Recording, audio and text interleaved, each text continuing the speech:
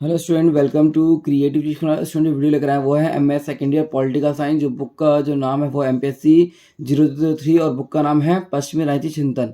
इसका चैप्टर जो है 8 जीन जैक रूसो जो है उनके बारे में एग्जाम में क्वेश्चन आता है। एग्जाम में क्वेश्चन कैसे आते हैं वो भी मैं आपको बताऊँगा। और इसमें शॉर्ट तरीके से बताऊँ ताकि आपको एग्जाम में एक तरीके हेल्प हो सके। तो स्टार्ट करने से पहले यदि आप इस चैनल पर नए हो और आपने भी चैनल को सब्सक्राइब नहीं किया है तो प्लीज़ चैनल को सब्सक्राइब करें और बेल आइकन का बटन भी दबाएं ताकि जो भी वीडियो आते हैं इसकी नोटिफिकेशन आपके पास जल्द से पहुंच सके। तो स्टार्ट करते हैं। पहले मैं आपको बताता हूँ क्वेश्चन किस तरीके से आता है। क्वेश्चन आ सकता है, मनुष्य स्वतंत्र जन्म लेता है किंतु हर जगह वह बीड़ियों में जकड़ा है। टिप्पणी करते हुए रूसों के स्वतंत्र और सत्ता के समन्वय लाने का प्रयास में जांच कीजिए। क्वेश्चन आ सकता है। क्वेश्चन आ सकता है, रूसों के सामाजिक समझौते के सिद्धांत का वर्णन करें।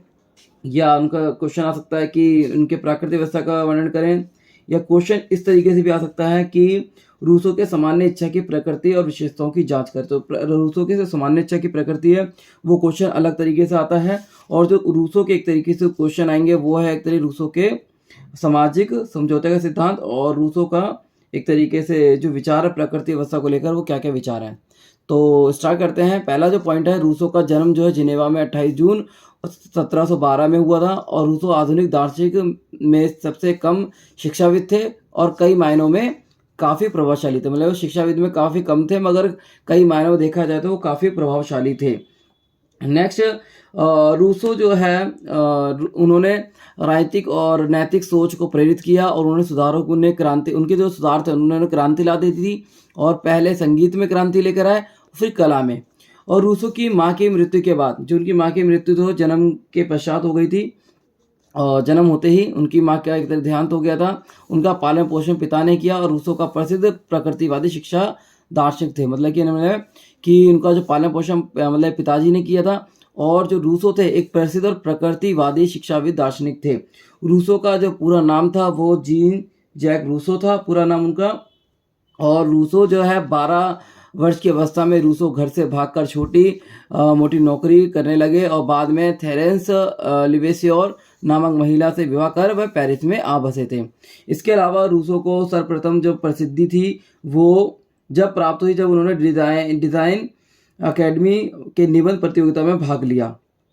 ये एक तरीके से जब उन्होंने भाग लिया तो एक तरीके से उनको प्रसिद्धि हासिल हुई। और रूसो ने एक तरीके से कई विचार प्रकट किए हैं। तो रूसो के अनुसार शिक्षा में 3 महत्वपूर्ण पक्ष हैं, बच्चे की अंतर्निहित शक्ति और सामाजिक वातावरण और भौतिक वातावरण है। तो ये इन्होंने अपने विचार प्रकट किए हैं। उनका मानना था कि बच्चे के जो शिक्षा है वो 3 महत्वपूर्ण पक्ष हैं। पहला है बच्चे की अंतर्निहित शक्ति, मतलब बच्चे के अंदर एक शक्ति होनी चाहिए जिसके जरिए वो करना चाहता है। नेक्स्ट है सामाजिक वातावरण। सामाजिक वातावरण अच्छा होगा तो व्यक्ति को शिक्षा अच्छी मिलेगी और वो अच्छे ज्ञान को प्राप्त कर सकेगा। नहीं, भौतिक वातावरण मतलब हमारे पास जो भी भौतिक वातावरण है सारी वस्तुओं की उपलब्धता होनी चाहिए ताकि व्यक्ति मनुष्य बच्चा जो है शिक्षा प्राप्त कर सके। नेक्स्ट है, उसके बाद उन्होंने एक तरीके से विचार करें। उन्होंने शिक्षा के 3 प्रमुख स्रोत रखे हैं बालक की शिक्षा के लिए। पहला प्रकृति, दूसरा पदार्थ और मनुष्य। जो प्रकृति पदार्थ मनुष्य है उसमें उन्होंने बताया कि जो प्रकृति जो है व्यक्ति का जो जन्म है प्रकृति के जरिए हुआ है और वो इसको एक तरीके से महत्व देते हैं। और वह मनुष्य को इसमें बताया कि मनुष्य पहला मैंने आपको बताया प्रकृति और पदार्थ जो है बालक के विकास के लिए बहुत इंपॉर्टेंट होते हैं, उन्होंने ये बात कही है। और मनुष्य में उन्होंने सबसे मेन ये बात कही है कि जो भी उन्होंने सबसे पहले अध्यापक को एक तरह महत्व नहीं दिया है। उनका मानना यह था कि जिनका जो भी शिक्षा जो है उनके माता के पिता द्वारा दी गई है वो ज़्यादा एक तरीके महत्व शिक्षक को नहीं देते हैं, अध्यापकों को नहीं देते हैं। नेक्स्ट उसके बाद रूसो के प्रमुख राजनीतिक विचार, जो भी मैं आपको एक्स्ट्रा बता रहा हूँ आप उसको नोट भी कर सकते हैं और जो उसमें मैंने आपको लिख कर बता रहा हूँ वो सारे पॉइंट जो हैं बहुत इंपॉर्टेंट है और जिनको आप एग्जाम में यदि क्वेश्चन आते हुए सारे पॉइंट एक्सप्लेन कर सकते हैं। तो रूसो के प्रमुख राजनीतिक विचार जो थे, रूसो समाज के नैतिक पतन के प्रति उत्तरदायी चिंतित था और चाहता था कि अभिशाप से मुक्त होकर मनुष्य का जीवन पुनः नैतिक दृष्टि से उच्च हो जाए। तो इनका विचार था कि एक तरीके से उनका जीवन जो है लोगों का मतलब कि मनुष्य का वो उच्च होना चाहिए। और इसमें सबसे मेन है कि रूसो का ग्रंथ सोशल कंटेक्ट का आरंभ ही रूसो की इन सुविख्यात उक्ति से होता है कि मनुष्य स्वतंत्र जन्मा है।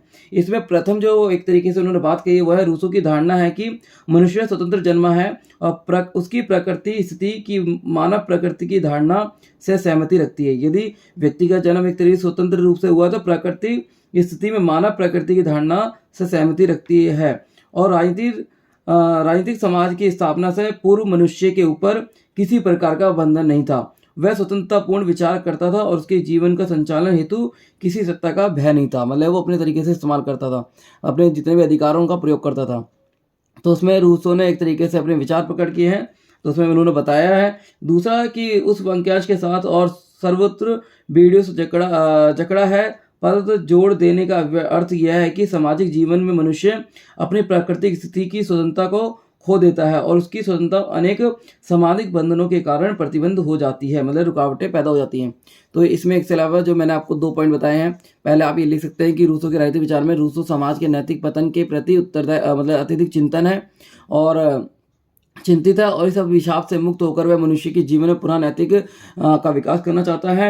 और उसमें बात कही कि मनुष्य स्वतंत्र जन्मा है और उसकी जो प्रकृति जो स्थिति प्रकृति की जो स्थिति है वो मानव प्रकृति की धारणा से सहमति रखती है। मानव तो स्वतंत्र जन्मा था और स्वतंत्र उसको अधिकार मिलते थे और वह स्वतंत्रता विचरण करता था और उसे जीवन संचालन हेतु किसी सत्ता का भय नहीं था।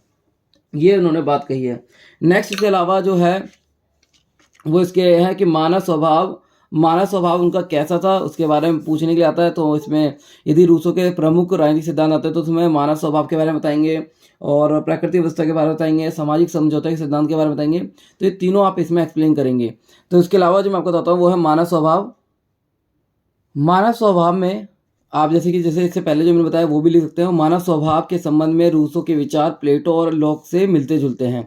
वह कहते हैं कि संसार में पाए जाने वाले पाप, भ्रष्टाचार, दुष्टता आदि गलत एवं भ्रष्ट सामाजिक संस्थाओं की उत्पत्ति है। मतलब जो भी पनपे हैं वो एक सामाजिक संस्थाओं की उत्पत्ति है। वे कहते हैं आगे मनुष्य के पतन के लिए भ्रष्ट और दूषित सामाजिक संस्थाएं दोषी है। मतलब जो भी पतन हो रहा है मनुष्य के वो उसके कारण भ्रष्ट और दूषित सामाजिक जो संस्थाएं उनके द्वारा हो रहा है। मनुष्य स्वयं बुरा नहीं होता पितु भ्रष्ट कला और के कारण बुरा बन जाता है। ये मानव स्वभाव के बारे में रूसो के अपने विचार उन्होंने प्रकट किए हैं। इसके अलावा जो है वो है प्राकृतिक अवस्था। प्राकृतिक अवस्था में क्या है, रूसो की मान्यता है कि प्राकृतिक व्यवस्था में प्रकृति की गोद में उन्मुक्त घूमता हुआ मनुष्य बहुत प्रसन्न था। वह शरीफ जंगली था और एक मासूम निर्दोष और निर्मल पंछी की तरह प्राकृतिक सौंदर्य के आनंद लेता हुआ वह मस्त जीवन व्यतीत करता था। वह एक स्वर्णिम युग था और उसमें मनुष्य पूरी तरह स्वतंत्र था। उसके मानव शरीर पर गतिविधि पर किसी का कोई बंधन नहीं था। और इसके अलावा जो मैंने आपको बताया उसके अलावा भी आप लिख सकते थे प्राकृतिक अवस्था एक मुक्त व्यवहार और पूर्ण अवस्था थी कि कोई भी किसी भी प्रकार का कोई भी कार्य करने में पूर्ण स्वतंत्रता थी। तो ये इससे पहले जो बताया वो भी आप एक्सप्लेन कर सकते हैं। इसके अलावा सेकंड पॉइंट है, इस अवस्था में बालक मनुष्य के भोले और अज्ञानी बालक की भांति सादगी और परम सुख का जीवन व्यतीत करता है। ये एक तरीके से बात उन्होंने रखी है। और इसमें आप लिख सकते हैं कि जो प्रकृति अवस्था में कि व्यक्ति किस प्रकार प्रकृति में रहकर प्रकृति संसाधनों का प्रयोग कर सकता है वो इसमें आप एक्सप्लेन कर सकते हैं। प्रकृति अवस्था से पहले व्यक्ति निश्चल और सरल होते थे, किंतु कालांतर में जनसंख्या में वृद्धि और तर्क उदय और संपत्ति के प्रवेश के कारण संघर्ष होते रहे। मतलब कि जैसे जैसे जनसंख्या बढ़ती रही वैसे वैसे जो है संघर्ष बढ़ते रहे। ये उन्होंने प्रकृति अवस्था में कहा है। नेक्स्ट सामाजिक समझौता का सिद्धांत वेरी इंपॉर्टेंट है। इसमें लिख सकते हैं कि रूसो जो है प्राकृतिक अवस्था में अंतिम चरण की अराजकता से सब व्यक्ति दुखी हो जाएं तब वह स्वयं को किसी एक ऐसी संस्था से संगठित कर लेने की आवश्यकता अनुभव की जिसके द्वारा प्रत्येक व्यक्ति की जान माल की रक्षा हो सके और साथ ही व्यक्तियों की स्वतंत्रता भी अशून्य बनी रहे। और उन्होंने परस्पर मिलकर एक समझौता किया, प्रत्येक मनुष्य अपनी स्वतंत्रता, अधिकार एवं शक्ति समाज को अपर्ण कर दे, अपन मतलब पूरी कर दे और एक तरीके व्यक्ति समझौते की शर्तों के आधार पर चल सकता है। नेक्स्ट उन्होंने इसमें बात कही कि सामाजिक समझौता के क्रियाशील एक केंद्रीय भाग का अर्थ है और प्रत्येक सदस्य अपने संपूर्ण अधिकार एवं शक्तियां समाज को समर्पित कर देता है और इस स्थानांतरण की शर्त है कि समता अर्थात सभी के साथ एक ही शर्त होनी चाहिए। इसके अलावा आप पॉइंट एक्सप्लेन कर सकते हैं रूसो की यह आदर्श व्यवस्था अधिक दिनों तक कायम ना रह सकी और ज्ञान में निरंतर वृद्धि ने समाज में तेरे मेरे का भाव उत्पन्न कर दिया। ये उन्होंने सामाजिक समझौते में कहा है। रूसो का कथन था कि वह मनुष्य ही नागरिक समाज का वास्तविक संस्थापक था, जिसने भूमि के टुकड़े को घेर कर यह मेरा है और उसी समय समाज का निर्माण हुआ। ये एक तरीके सामाजिक समझौते में रूसो का विचार रखे रूसो ने। नेक्स्ट उसके बाद जो क्वेश्चन आता है वो आता है रूसो का सामान्य इच्छा का सिद्धांत। यदि क्वेश्चन आता है राजनीतिक व्यवस्था का वर्णन करने के लिए तो आप जितनी मैंने पॉइंट बताया इससे पहले आप वो एक्सप्लेन करेंगे। यदि क्वेश्चन आता है कि रूसो का सामान्य इच्छा का सिद्धांत क्या है, तो ये जो मैं आपको बता रहा हूँ वो आप एक्सप्लेन कर सकते हैं। रूसो का सामान्य इच्छा का सिद्धांत मैं आपको बताता हूँ। रूसो का सामान्य इच्छा का सिद्धांत राज दर्शन एक महान देन है और इसमें सामान्य इच्छा का विचार रूसो के सिद्धांतों का न केवल सबसे अधिक केंद्रीय विचार है अपितु यह उसका सबसे अधिक मौलिक और रोचक विचार है। ऐतिहासिक दृष्टि से यह राजनीतिक सिद्धांत के क्षेत्र में सबसे महत्वपूर्ण देन है। उसके बाद रूसो आधुनिक युग का यह पहला लेखक है जिसने अच्छे शासन और स्वायत्त शासन के बीच सामान्य इच्छा के माध्यम से एक संतुलन स्थापित करने का प्रयास किया है। सामान्य इच्छा जो है के अनुसार वो दो प्रकार के होते हैं, यथार्थ और आदर्श।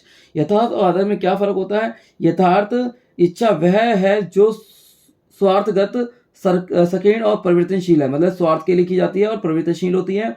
जब मनुष्य केवल अपने हितार्थ की सोचता है तब वह यथार्थ इच्छा में वशीभूत होता है। मनुष्य की यह भावना प्रधान इच्छा होती है जिसके वशीभूत होकर मनुष्य विवेकहीन से कार्य करता है और वह सर्वसाधारण के हित की कल्पना नहीं करता। तो ये इसमें लिख सकते हैं यथार्थ इच्छा में। और आदर्श इच्छा क्या होती है?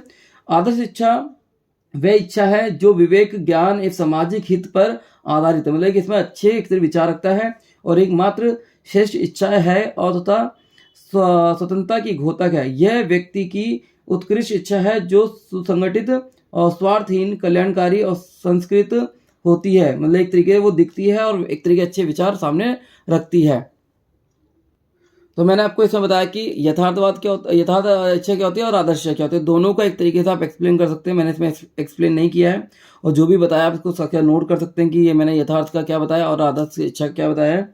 उसके बाद सामान्य इच्छा जो है रूसो का सामान्य इच्छा का सिद्धांत राज दर्शन को एक महान देन बताता है। रूसो ने सामान्य इच्छा की परिभाषा करते हुए कहा है कि मतदाताओं की संख्या से कम तथा सामाजिक हित की भावना से अधिक इच्छा सामान्य बनाती है जिसके द्वारा एकता में बनते हैं। सामान्य इच्छा की व्याख्या करते हुए रूसो ने कहा है कि मेरी सामान्य इच्छा के अनुबंध में सभी लोग अपना सर्वस्व राज्य को सौंप देते हैं और राज्य का हित सभी नागरिकों का सर्वश्रेष्ठ हित है। उसके आगे कहता है कि हमारे समस्त क्रियाकलाप हमारी इच्छा के परिणाम हैं, किंतु राज्य कल्याणकारी जो मेरी इच्छा है वह व्यक्तिगत लाभों की इच्छा से या समाज के कल्याण की इच्छा से अधिक नैतिक है, क्योंकि व्यक्ति अपनी इच्छा के अनुसार जो काम करता है वो सामान्य इच्छा के रूप में देखा जाता है। नेक्स्ट, रूसो के सामान्य इच्छा का निर्माण की प्रक्रिया सर्वधारणा की इच्छा से प्रारंभ हुई है। सर्वधारणा मतलब खुद की इच्छा से शुरू हुई है। नेक्स्ट, सामान्य इच्छा जो है केवल सामान्य हित का कार्य करती है और पर सबकी इच्छा व्यक्तिगत हितों पर विचार करती है। रूसो का मतलब कि हमारे समस्त क्रियाकलाप जितने भी होते हैं वो हमारे कल्याणकारी मतलब राज्य के कल्याण के लिए होते हैं। सामान्य इच्छा का अर्थ समस्त सदस्यों की इच्छाओं का कुल योग नहीं होता, मतलब हम ये सबकी इच्छाओं को नहीं जोड़ सकते, सबकी इच्छा जो अलग अलग होती है। इच्छा केवल सामान्य इच्छा पर विचार करती है, समस्त अथवा सबकी इच्छा व्यक्तिगत हितों पर विचार करती है। सामान्य इच्छा एक ऐसी एकता है जिसमें समस्त की इच्छा कभी नहीं हो सकती। सामान्य इच्छा एक संपूर्ण के रूप में समाज की इच्छा अभिव्यक्ति करती है। सामान्य इच्छा एक व्यक्ति की इच्छा भी हो सकती है और अन्य व्यक्तियों को भी यह केवल आदर्श इच्छा का सार दे सकती है। तो ये मैंने आपको बताया कि किस प्रकार। और यदि आपको सामान्य इच्छा की विशेषता आती है, सामान्य इच्छा की विशेषता क्या है, तो उसका प्रतिदिन नहीं हो सकता, मतलब किसी भी राज्य में व्यक्ति की इच्छा उनके प्रतिनिधि द्वारा व्यक्त करने को सामान्य इच्छा नहीं कहेंगे, क्योंकि सामान्य इच्छा का प्रतिनिधि नहीं होता। नेक्स्ट, जनता निहित मतलब कि सामान्य इच्छा संपूर्ण जनता निहित है, ये सबसे पृथक नहीं की जा सकती। अविभाज्य मतलब सामान्य इच्छा अविभाज्य है जिसके टुकड़े नहीं हो सकते हैं। गलत नहीं मतलब सामान्य इच्छा कभी गलत नहीं हो सकती है, सभी व्यक्तियों के हित की स्वयं सभी व्यक्तियों की इच्छा है। स्थायी सामान्य इच्छा स्थायी होती है और ये इच्छा भावनाओं की उत्तेजना में तथा वक्ताओं की भाषण में नहीं पाई जाती।